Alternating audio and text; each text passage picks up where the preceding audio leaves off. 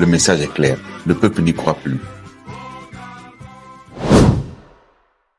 Une nation qui veut aller de l'avant doit avoir le courage d'interroger son Vous parcours. connaîtrez la vérité et la vérité vous rendra libre.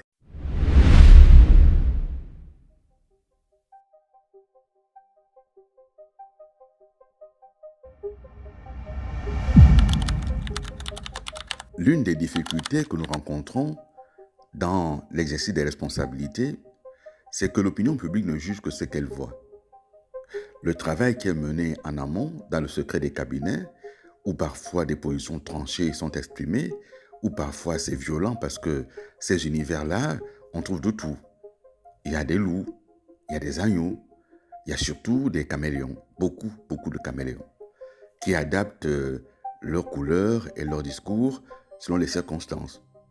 Des personnes qui recherchent d'abord l'avis du chef de l'État avant de se prononcer et qui seront demain les premières à dire « mais je n'étais pas d'accord ». Et dans les cabinets ministériels, mais surtout au cabinet du président, on rencontre beaucoup de ces personnes.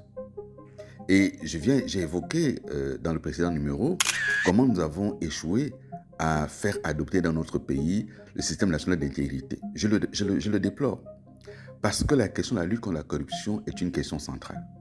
Et on voit bien que le classement 2025 a encore montré que le Gabon a perdu des points.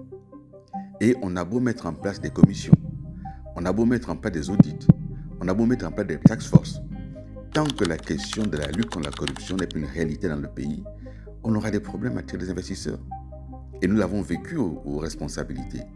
Et on voit bien aujourd'hui comment le pouvoir actuel a du mal même à évoquer la question de la corruption, tellement il est englué dans des conflits d'intérêts, dans des passe-droits, dans des marchés qui sont attribués sans appel d'offres. Tout ceci a un impact sur la question de la richesse du pays. Et donc, ce que l'opinion n'a pas vu, il n'empêche qu'il y a eu des combats qui ont été menés. Un autre combat, ça a été la question de la liberté de la presse.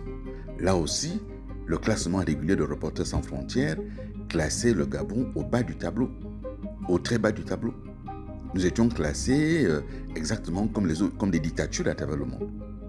Et ça, c'était un vrai problème. Je me suis donc engagé auprès du chef de l'État, Ali Bongo, à prendre contact avec Reporters sans frontières. Cela n'a pas été simple. Ils étaient tellement méfiants. C'est normal, ils étaient nourris, en ce qui concerne le Gabon, des rapports qui étaient faits régulièrement par des journalistes d'opposition et qui nous dépeignaient vraiment pire que la Corée du Nord. Je me suis rendu à Paris les rencontrer. J'ai rencontré notamment Christophe Deloy, qui était le secrétaire général à l'époque de Reporters sans frontières. Il est aujourd'hui décédé. Nous avons échangé. Ça a été très heurté au début, mais nous nous sommes compris dans la volonté de la nécessité de faire évoluer la loi gabonaise. Et Reporters sans frontières a demandé à ce qu'on mette à leur disposition tout notre dispositif et le projet qui était le nôtre. C'est ce que nous avons fait. Je me suis rendu les rencontrer une seconde fois avant finalement qu'ils acceptent de venir à Libreville être reçus par le président Ali Bongo, qui les recevra d'ailleurs en présence du président du CNC à l'époque, M. Guy Bertrand Mapango. À l'issue de cette audience, il m'est confirmé de travailler en lien avec les services de la présidence, en lien avec les services du ministère de la Communication, et nous avons commencé à travailler. Monsieur Pastor Ngouanem était à l'époque ministre de la Communication et de l'économie numérique. Avant qu'il ne soit remplacé par Denise Makam, au ministère de la Communication, le ministère avait été scindé finalement en d'un côté la communication et de l'autre côté l'économie numérique.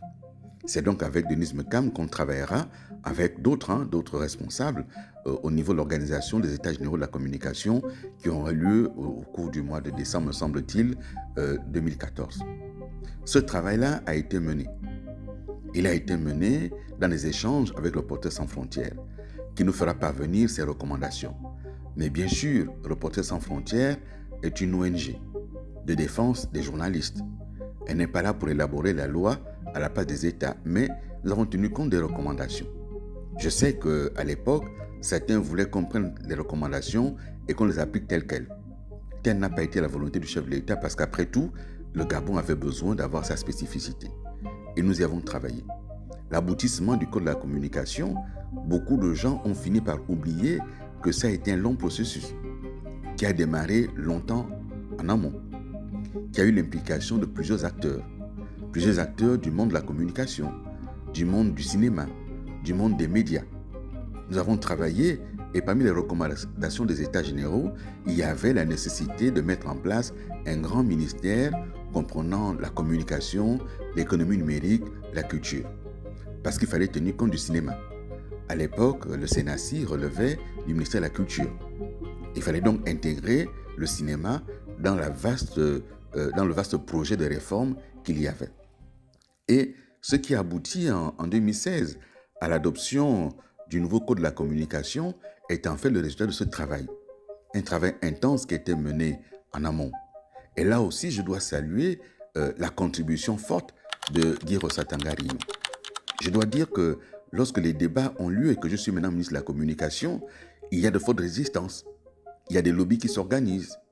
Il y a par exemple au niveau du palais certains conseils du président qui ne veulent pas du tout que ce code soit adopté et promulgué. Certains avaient des relations dans les médias, dans des imprimeries et ne souhaitaient pas du tout que l'éditeur et l'imprimeur soient tenus pour responsables de ce qui est sorti. Mais lorsque un journal met à la une, par exemple, tuez-les tous, que l'éditeur le valide, que l'imprimeur le valide, quelle est la responsabilité finalement? Est-ce le journaliste? Est-ce le directeur de rédaction? Est-ce uniquement l'éditeur? Faut-il aussi impliquer l'imprimeur et le distributeur?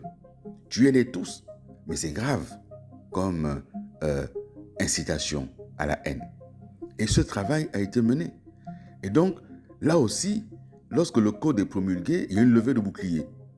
On dit qu'il est liberticide, alors que ce code apporte aujourd'hui toutes les garanties, toutes les protections aux journalistes. Ce code a permis aujourd'hui d'avoir les entreprises de presse, y compris la presse en ligne, qui sont devenues de vraies entreprises qui travaillent. Ce code a permis d'asseoir le financement des médias. Je me suis étonné récemment de ce que Gabon Télévision n'ait reçu que 60 millions de francs CFA de subventions, alors que la RAC rapporte plus d'1 milliard de francs chaque année. Et donc tous ces éléments-là, ce sont des réformes qui ont été portées. Et 10 ans après l'adoption du Code de la communication, il est toujours en vigueur. Là aujourd'hui, on tente de le réaménager pour essayer de légaliser la censure, mais le Code de la communication n'est pas là pour la censure. Ce travail qui a été mené, il est indispensable à rappeler, parce que l'opinion publique ne retient que ce qui est visible. Mais tout le travail en amont qui est mené par les collaborateurs du président, personne ne le voit. Et on a vu que le Bélibizo porte-parole, mais le conseil du président qui a accompagné certaines réformes, là aussi, il est temps d'en parler. Nous lutterons pour toi toute notre vie.